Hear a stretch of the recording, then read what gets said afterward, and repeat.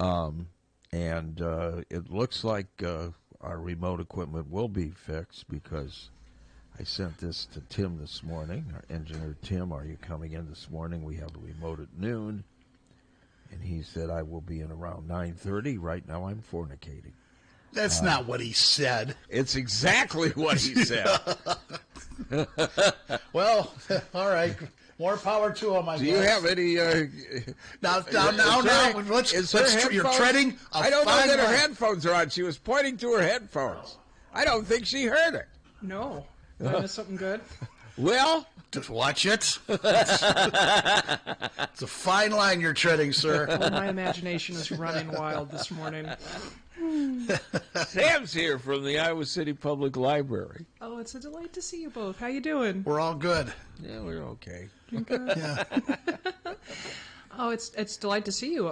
Coming across the fields full of snow to come see my buddies this morning was kind of the highlight of my week.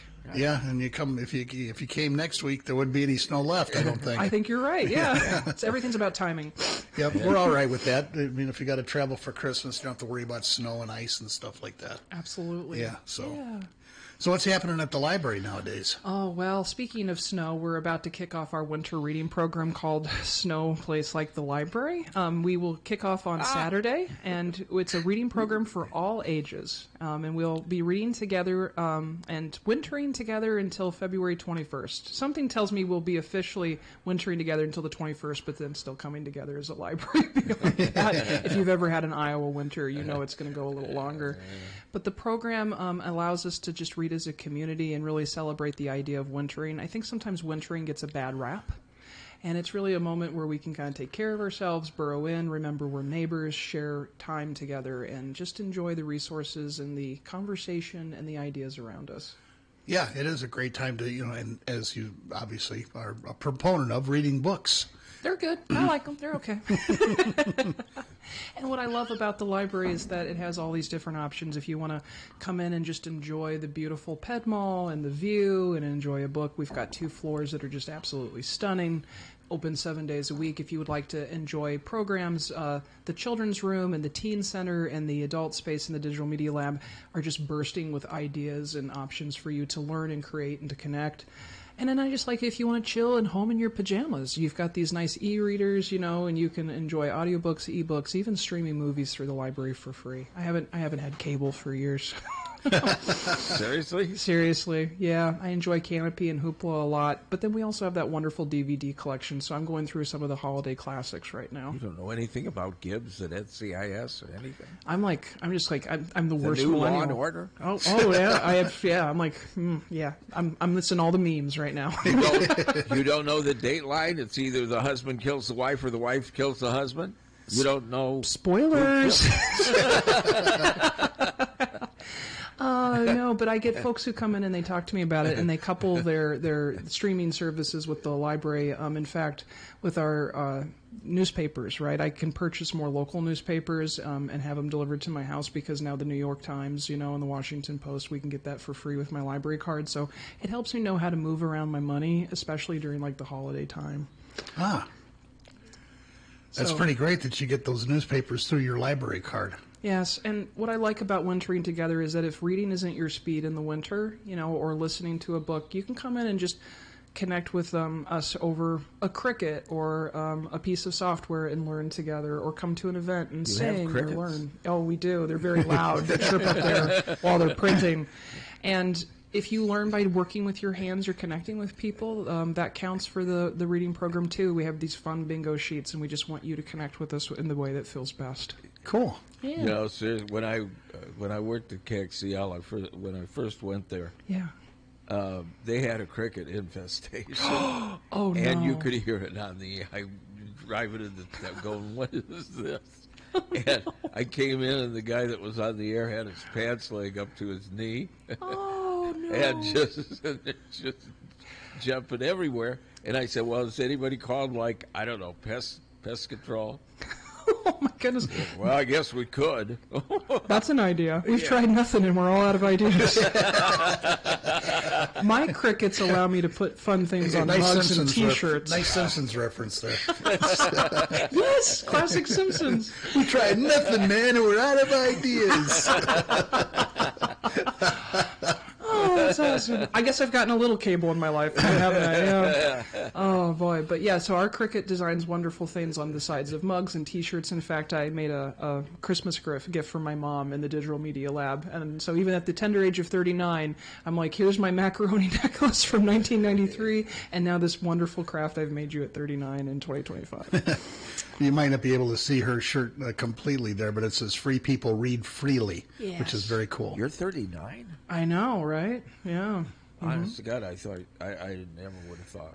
It's because I'm so mature. I know. Well, and your experiences and you know your maturity. I mean, obviously the Library Association, you know, elected you president, and you're traveling all around. I mean, that you're a world traveler literally now. And what I love about it is everywhere I go, folks have a story, and about the Iowa City Public Library. It blows me away. I'll have folks who say, I worked there when I was going to graduate school, or I was a graduate and I had a library card there, or I passed through because of this program, and they have these beautiful stories about the Iowa City Public Library and how it's been a piece of them. And it makes me cry, and then I write it down, and I bring it back to my staff because can you imagine all the stories we're writing today with the Iowa City Public Library, whether it's downtown or on the Bookmobile? Oh, sure. I'm looking forward to 20 years from now hearing about that. I was on the Bookmobile yesterday, and I had about 29 little kiddos on the Bookmobile at the same time at an after-school program, and I was just thinking, oh, I think I can just squeeze and grab Dogman behind you. And I was thinking, these are 29 lives that we get to enhance and That is so support. cool. It was just beautiful. It is cool. Yeah. And so in ways that we want to connect with you and talk about you with literature and what the library has to offer, we do this Best of the Best program every single year. So if I could just kind of do like a little shoulder brush, I'm very proud of the work of the Iowa City Public Library staff to connect you with the right book, with the right resource. And we wanted to let you know what we thought as practitioners were best of the best. A lot of libraries do this around the country, like New York Public Library is best, or Texas Library, is best. And Iowa City Public Library goes by genre. So if you're looking for what we thought was the best nonfiction, the best fiction, the best audiobook, let us know what you think and whether we got it right at icpl.org. I've been doing a shoulder brush all morning. Have you really? Got dandruff. Mine was swag. Oh, okay. Mine was literary swag right there. Yeah. So we would love to have you come with us and enjoy life at the library, and to winter with us, and to remember that if you don't slow down to take time with your neighbors and learn, it will just pass you by. The days are shorter right now. Boy, no kidding. Yeah. There's this, your time is so pulled in different directions, whether it's work or family or just menial tasks that you have to do to maintain your sanity. It's very rare to carve out some time for yourself and with others, like you say, like a cup of coffee with a friend, or like just go to the library. This summer I went to the library before the summer concert series. Oh yeah. Because there was another event going on, and I'm like, I need to get down there so I can find a parking space. Nice. So I went down, and then I sat in the library for an hour and a half and found like a handful of books and CDs and stuff like that, and sat and read one of the books that I picked up, while I was waiting for the show to start. And it's a neat place. It really is. The people watching, not just inside the library, but if you're in one of those areas where you can look out and see people on the Ped Mall and stuff like that, it's very relaxing. It is, and I don't even have to be involved. If you just want to come in and chill, I think over 70% of our circulation is at the self-checkout stations, I'm always there at the help desk waiting and wanting to help you. But I love the idea that if you want to connect in person, you can. If you just want to grab your resources, that's absolutely fine too. If I weren't here this morning, what I like to do is walk the floors of the Iowa City Library before my shift and think about, we're going to have folks who need help finding housing. We're going to have folks who have help finding government forms. We're going to help you learn a new language. We're going to help you find recipes. No one ever takes me up on taste testing services, which is sad because I'm always here for you if you're baking cookies. But what I love about it is that it's an incubator of opportunity, and then you all just come in and breathe life in it. And sometimes I get to see you, and sometimes you just chill with books and you enjoy, and we'll see you next time. And I could have spent most of my time in the CD section. Oh, yeah. I rifled. I did a curious, just kind of a pass through, and I probably picked up 8 of them. And I'm like, I could have picked up so many more. That's wonderful. And we have the rare treat of having the local music project, too. Our Yeah. adult services coordinator, Jason, Yeah. launched That that a is couple years cool. ago. And as a person who's only been here for about 5 years, I felt like I understood the community more by going in and listening to the musical flavors of our And community. we've got so many great musicians Where here. are you from? My God, I'm from Burlington, Iowa. Oh, my God. I know. Thank you. Everybody says that. You're there for the waters. I lived right on the Mississippi there, and coming up here and trying to learn the community, you want to do that through local media, you want to do that through local news, you want to do that through the collection of your library because it really reflects who you all are. And I learned a lot about what our community is through the Local History Project. When I moved to the Quad Cities for college, I learned a lot about the history of the of the area.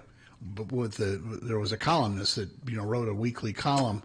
He did all this stuff, but on Saturdays his column was mostly based on how things were before and who were the movers and shakers, and it's so interesting to find out about. And Was that Bill Wonder? it was.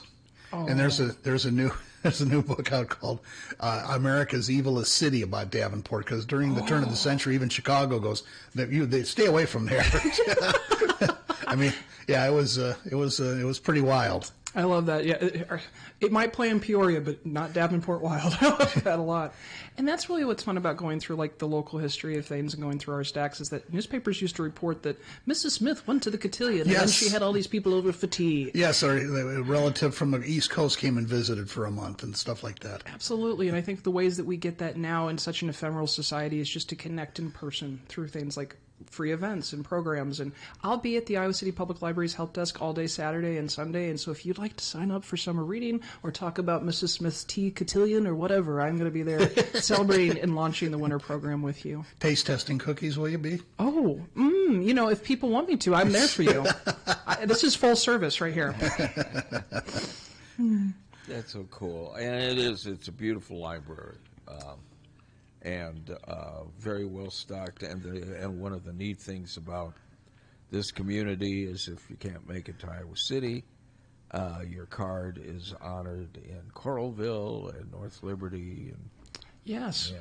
Because we're data nerds. You get an individual card at each one, but what I love about it is that if you borrow from one and then you live closer to another, you can return the Iowa City books in Coralville and they'll ship them back for free. And that's really useful in the winter when it's hard sure. to get around. There are 544 public libraries in the state of Iowa, and that Open Shares program is really nice because you're right, in Johnson County, we have a lot of brilliant libraries, and to be able to just play with all of them and use the resources of all of them is, I think, one of the best uses of like our public funds. Absolutely. And like you say, that's libraries have pivoted and become a hub of the community because of that. It's not just books and periodicals and stuff like that. There's you've mentioned everything that the library has to offer and then some. So I mean, it's a great resource for just about anything. Right, and I think two best parts, to be honest, are the folks who come in and make use of it and the staff that are dedicated there to help support you and help you thrive. It's so hard to shop online for books. Right. I always like to look at, like what you guys have picked and what are the new releases and, go into the stacks and go, well, let's see what's in history today and, something that you might be interested in. That's You're not, serendipity. you really can't do that online. There's just something about the tactile thing of getting there and touching and reading and looking at it and stuff. I think you're right. That's the wonder, the serendipity, the discovery, and we want to make sure that you have access to that in a time where you're becoming increasingly a narrowed algorithm because you have a right to explore the world around you. Yeah, for sure. yeah, that's a good point. Because, even social media, it's telling you what you want to learn, what you want to read, and that's not necessarily what you want to read and do and think. And we think about that, right? Like libraries are uniquely positioned to think about the algorithmic rights, your privacy, your digital rights management. And so that's reflected in everything we do, including like a bingo sheet for winter reading where you choose how you want to engage with the library and you too can be a winner your way. Cool. Yeah. Well, Yeah, the latest book Jim got is So You Found Out You're Bald. oh, If that's the case, that would have been like 30 years ago. There's a nice foreword by Larry David in that, I think, if I recall correctly. Yeah. Now what are you doing for the holidays? Well, right now I am going to hang out at the Iowa City Public Library and be there for you because I'm super excited about winter reading. But then I'm also going to check out a couple of books to take home, including I'm into some fun holiday romance right now. I knew you both would be excited. I watch the Hallmark Channel 24 hours a day. He's got it on in the back. You can't see it on the radio, but he does. But I'm reading something called Good Spirits. It's very Ghost and Mrs. Muir. The ghost of Christmas present is haunting this woman, but they're falling in love. So I'm excited. And do you see what they're doing? I'm sorry to talk about a book that you can't see on the radio, but they're making books art pieces again. Yeah, look at that. Right? Yeah, So like that's cool. the edges of the pages, and so it captured me. And They're doing the same thing with the record albums. are they really? No, where they're bringing where people are wanting vinyl again for some reason. Yeah, we'd be able to read the liner notes without getting a microscope. Well, I think that reminds us that analog content is important, and the way that we learn, the way that our brains light up, are different whether it's linear or hypertext. And so continuing to expose yourself to media at the library, whether it's digital or physical, will be important. Yep, absolutely. And I love the periodicals. Again, that's my favorite part of the library because you read those newspapers, you read those magazines. That is a snapshot of what people. It's not being interpreted per se years later. It's a snapshot of what was going on right then. And to Jim's point earlier, when things go by so fast, you need to find moments where you can just pause and reflect, right? And I think stories and periodicals do that for us. Linear text, in particular, really grounds you to a moment and helps you feel present while time slips past. Yep. Well, if I can be useful to you all, again, come sign up for winter reading with us this summer. This winter. Whoa, getting ahead of myself. I'm cold, friends. I'm ready for the heat. And if you have questions about how the library can serve you, you can always get a hold of us at icpl.org. Sounds good. Thank you so much. Thanks, Sam. Mighty 1630 KCJJ.